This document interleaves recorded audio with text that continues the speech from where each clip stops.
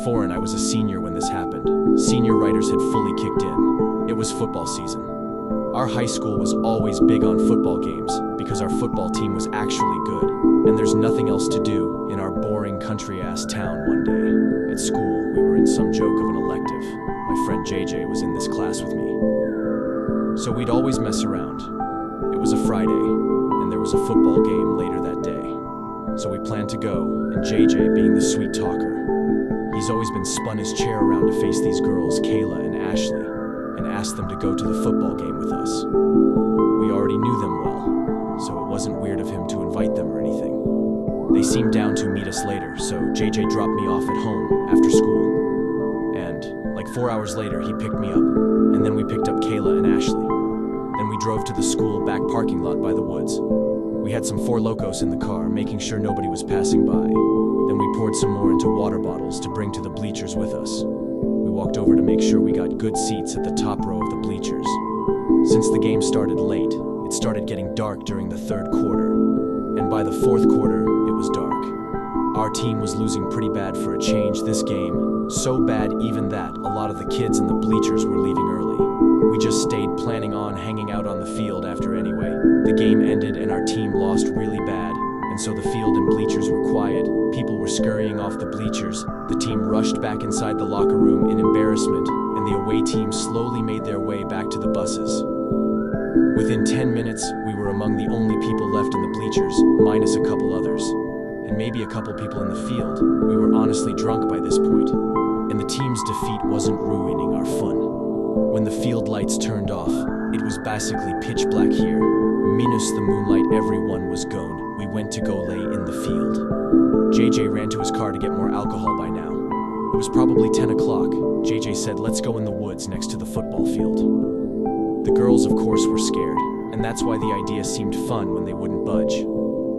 We both got up and ran towards the woods, leaving them alone in the dark, knowing they'd get scared and follow us, which they did. We crawled under the little ripped chunk of fence that kids would use to get into the woods, and then started walking down the little hill, into the woods. The girls were very reluctant to follow, but they did. We ran, had to lose them and hide, just to mess with them as soon as they heard us running. They both failed to stop. They tried to keep up, but we lost them and hid behind a couple trees. We hid and laughed for a few seconds. Then JJ patted me and told me to look in that direction, and though it was dark, we could see. Perhaps only because of the moonlight barely finding its way through the trees, a towering black figure maybe 15 feet away from us, standing between two trees. It was a horrifying sight. Then they spoke. It was a woman's voice, and she said, "You kids shouldn't be in here." We just stood there and looked in silence at the figure of the apparent woman. But we both noticed she seemed to be getting bigger and closer very quickly, and we didn't see the legs moving or what we assumed were legs. We heard no footsteps sounds.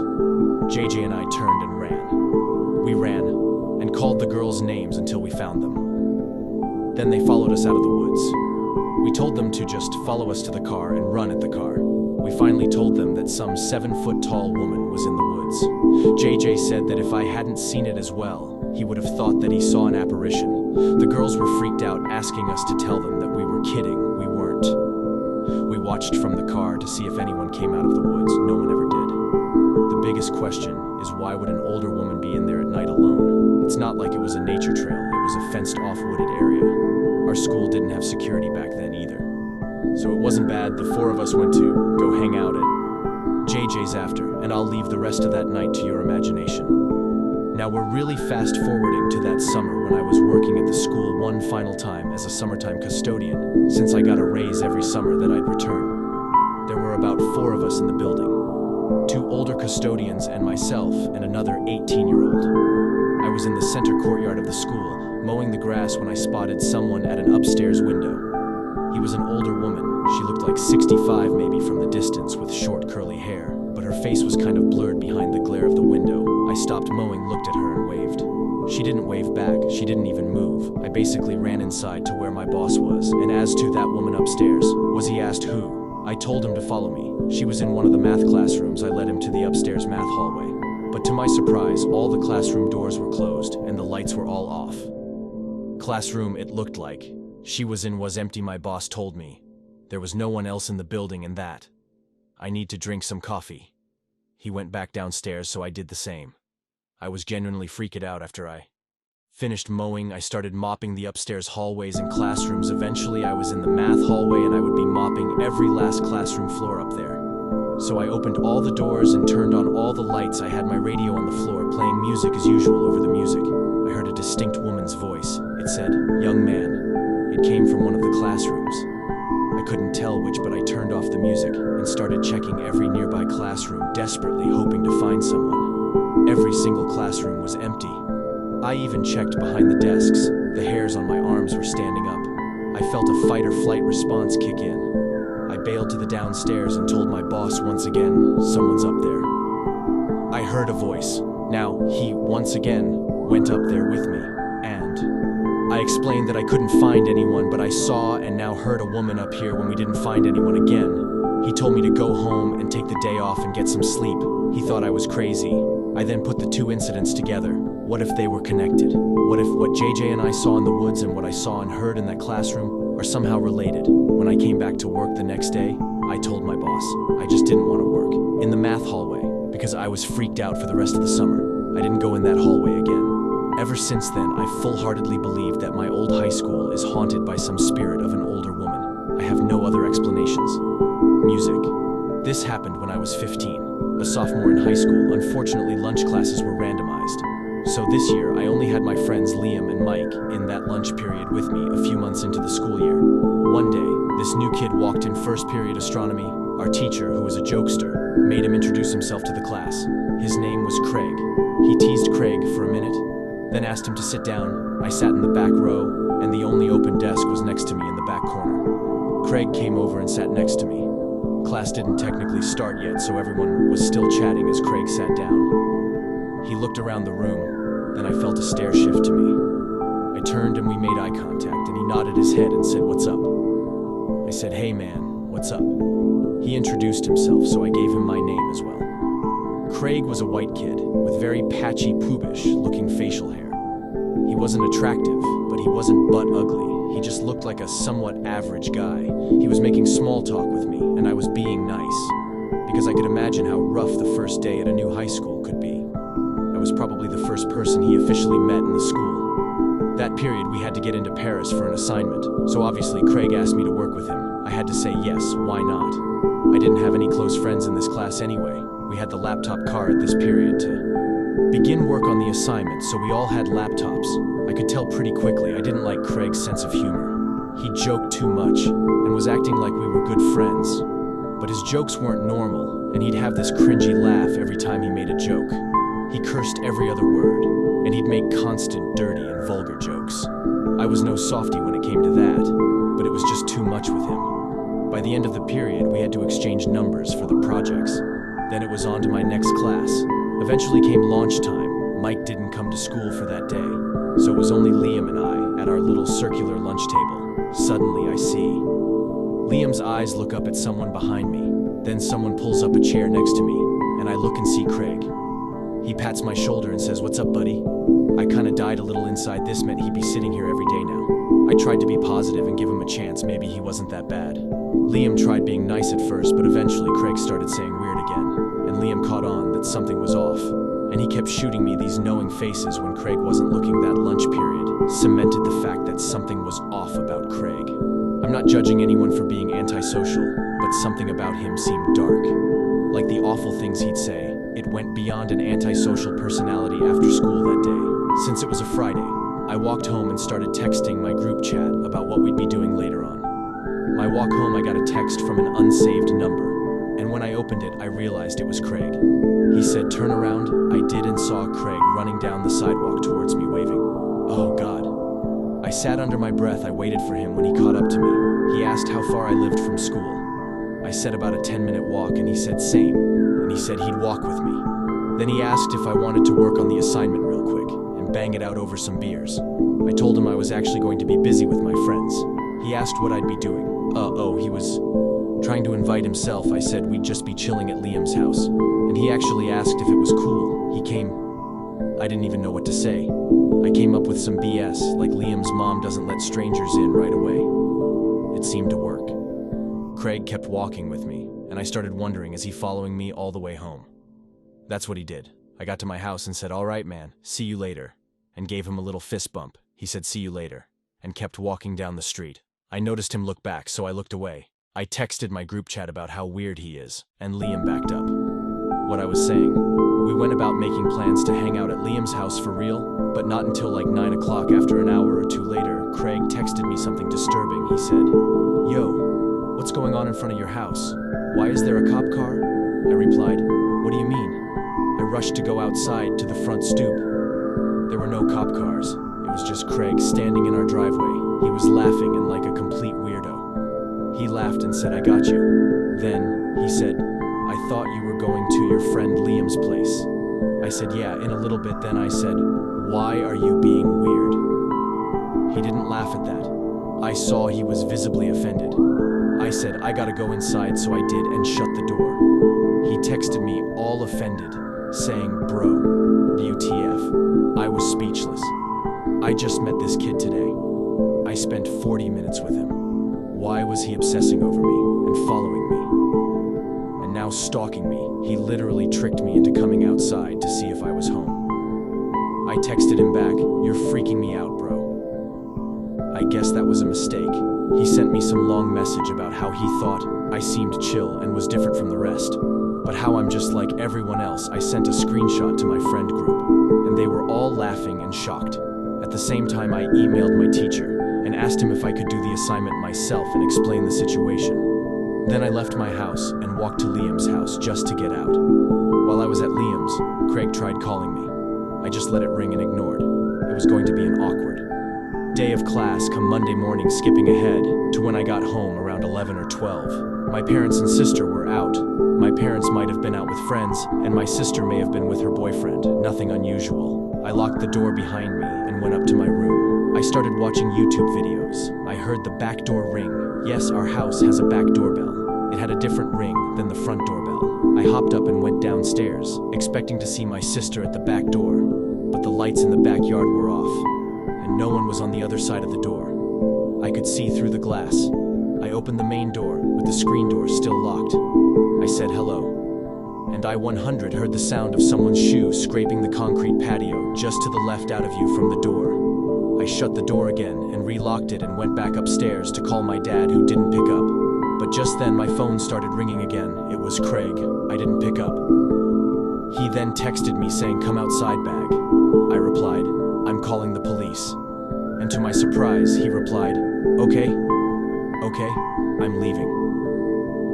It was him. He was hiding in the yard waiting for me. To come out, I sent the screenshot to my family and friends, and then to the school, who would reach out to his parents. Apparently, this was the exact reason the troubled family had to keep moving, because he would keep causing issues with people at every school he went to. I can only imagine the horrible things he's done to other people who didn't want to be his friend. He didn't show up to class on Monday, or ever again, if I had to guess. I think he once again transferred schools, music. I live in rural New Brunswick. It was early September, and it was my first day of school. I unfortunately was held back my senior year, so I'd be returning as a 19-year-old. I live in a rural area, so the middle school and high school was the same building, which also meant I knew most of the kids since it was a smaller school. When I got to school, I had study hall period A, which was the first period of the day. However, I noticed a new kid that I never met before on the other side of the room. I walked over to him and introduced myself.